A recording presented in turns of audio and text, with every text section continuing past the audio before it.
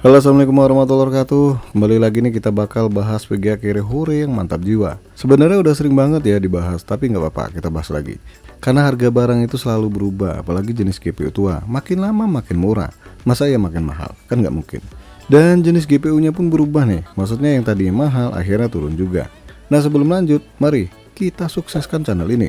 Bukan untuk jadi petinggi, apalagi presiden RI, tapi biar bisa lebih baik lagi di tahun yang penuh duri ini. Amin.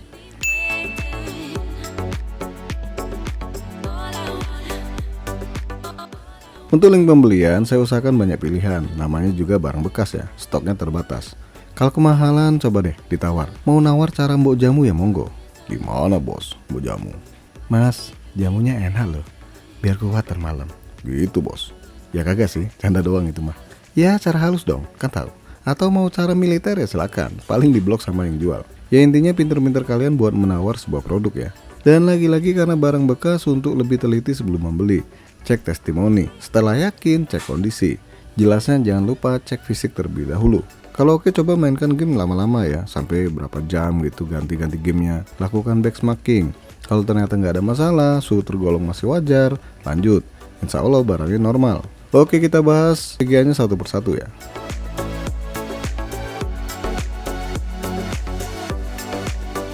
Nvidia GT 740 1GB DDR5 128 bit.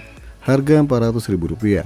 GPU jenis ini nongolnya awal tahun 2014 yang lalu dan ditargetkan untuk kelas entry level. Tua bos. Namanya ngejar murah, pastinya dapat GPU tipe lama dong.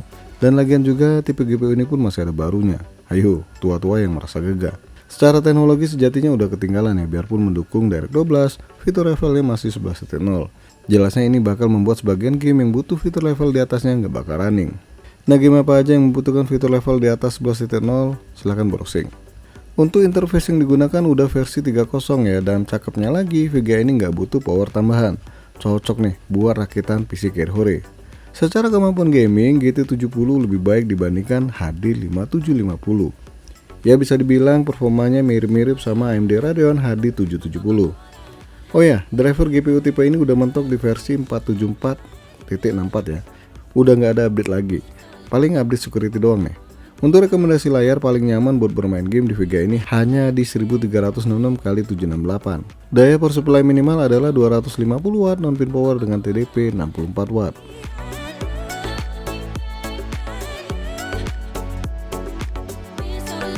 AMD Radeon HD 7750 1GB DDR5 128 bit. Harga Rp365.000. Ini dia nih rival langsung dari Nvidia GT 740. Rilis awal tahun 2012 yang lalu dan menyasar kelas mid-range, kelas di atas entry level pastinya. Lebih tua bos. Iya lebih tua, makanya biarpun beda kelas, beda tahun, performanya hampir sama nih. Biarpun lebih tua 2 tahun dibanding GT 740, secara performa keseluruhan masih mending HD 7750 dikit nih, dikit banget ya. Dan secara teknologi juga ternyata masih mending HD 7750 karena fitur levelnya udah 11.1 ya. Untuk yang lainnya kurang lebih sama ya, seperti interface PCI Express-nya udah 3.0. Sedangkan dukungan driver biarpun tua masih lebih baik juga ketimbang Nvidia GT 740, yang mana versi drivernya masih diperbaharui hingga pertengahan tahun 2022 yang lalu. Untuk rekomendasi layar paling nyaman buat bermain game adalah 1366x768.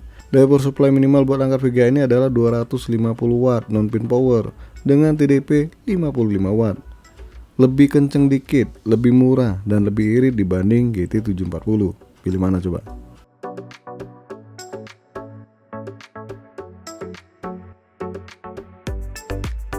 AMD Radeon R7 250X 1GB DDR5 128 bit. Harga Rp435.000. Rilis awal tahun 2014 yang lalu. Kalau nggak salah sih buat gantiin posisi AMD Radeon HD 7000 series. Dan GPU tipe ini menyasar kelas mid-range nih, samaan dengan Radeon HD 7750. Tapi karena perbedaan usia lebih muda nih 2 tahun dengan kelas yang sama, perbedaan performanya bisa jauh banget nih. Yap, AMD Radeon R7 250X ini jauh lebih kenceng ketimbang HD 7750 ataupun Nvidia GT 740. Wih, cakep nggak nih VGA?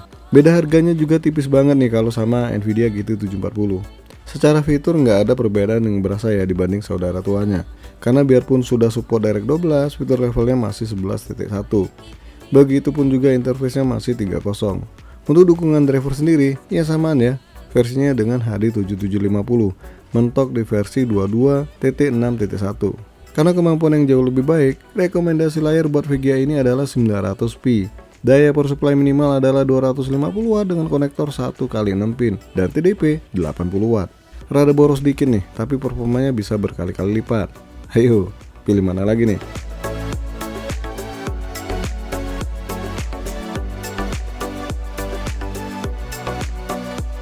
Nvidia GTX 750 1GB DDR5 128 bit, harga Rp400.000.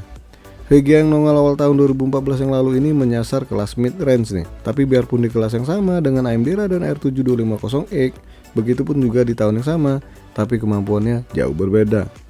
Yap, R7250X kalah telak nih. Bahkan cukup jauh perbedaan performanya kalau dibandingkan Nvidia GTX 750. Sayang ya, fitur levelnya 11.0, jadi kekurangan yang sangat berasa nih ketika mau mainkan game yang mewajibkan fitur level 11.1. Untuk interface PCI Express yang digunakan juga udah versi 3.0. Salah satu kelebihan dari Nvidia GTX 750 ini kalau dibandingkan 3 GPU sebelumnya adalah dukungan driver terbarunya yang masih ada hingga video ini dibuat. Wih, masih disupport terus nih, nggak seperti saya nih, mentok di tahun ini. Maaf, curhat. Biarpun lebih baik secara kemampuan dengan R7250X, tetap aja nih, rekomendasi resolusi layar buat bermain game di VGA ini adalah 900p. Untuk daya power supply minimal buat angkat VGA ini adalah 250 watt non-pin power dengan TDP 55 watt. Irit bertenaga. Cakep nih.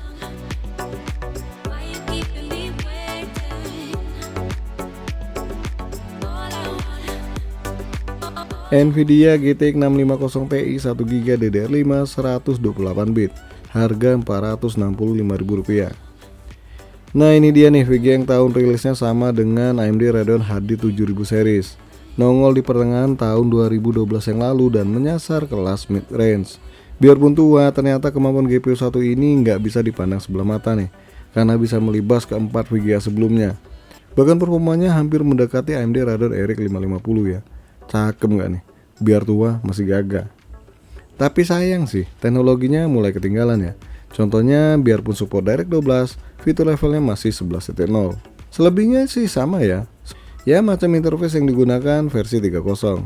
Untuk dukungan driver sendiri, driver VGA ini udah mentok di versi 474.64. Rekomendasi resolusi layar buat bermain game hanya di 900p. Daya power supply minimal adalah 300 watt dengan konektor 1x6 pin dan TDP 110 watt. Jauh lebih boros ya ketimbang 4 GPU sebelumnya, tapi lebih kenceng. Pilih mana coba?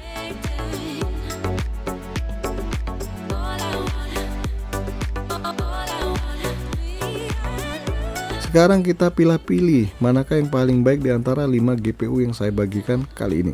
Pastinya kalian pilih Nvidia GTX 650 Ti dong sebagai pemenangnya. Kalau saya pribadi, saya malah milih Nvidia GTX 750. Ayo, tahu nggak kenapa? Secara performa, memang GTX 750 kalah ya dengan GTX 650 Ti, tapi kalahnya tipis banget ya, nggak jauh-jauh banget. Kemudian dukungan driver jauh lebih baik nih ketimbang Nvidia GTX 650 Ti. Dan apalagi coba? Sulfat bos. Gak usah bahas politik, ntar saya dilantik jadi duta kritik. Gimana coba? Sampai mana tadi? Oh ya, satu lagi nih, VGA ini irit daya karena nggak butuh power pin tambahan. Ya kalau kalian berasa nggak boros-boros banget, silahkan kalian pinang antara dua ini ya, GTX 650 Ti ataupun AMD Radeon R7250X. Oke guys, di sini aja dulu bahasan VGA gaming terbaik di bawah Rp500.000. Jangan lupa support terus channel ini dengan cara subscribe, like, dan share. Makasih udah mampir di MK Channel.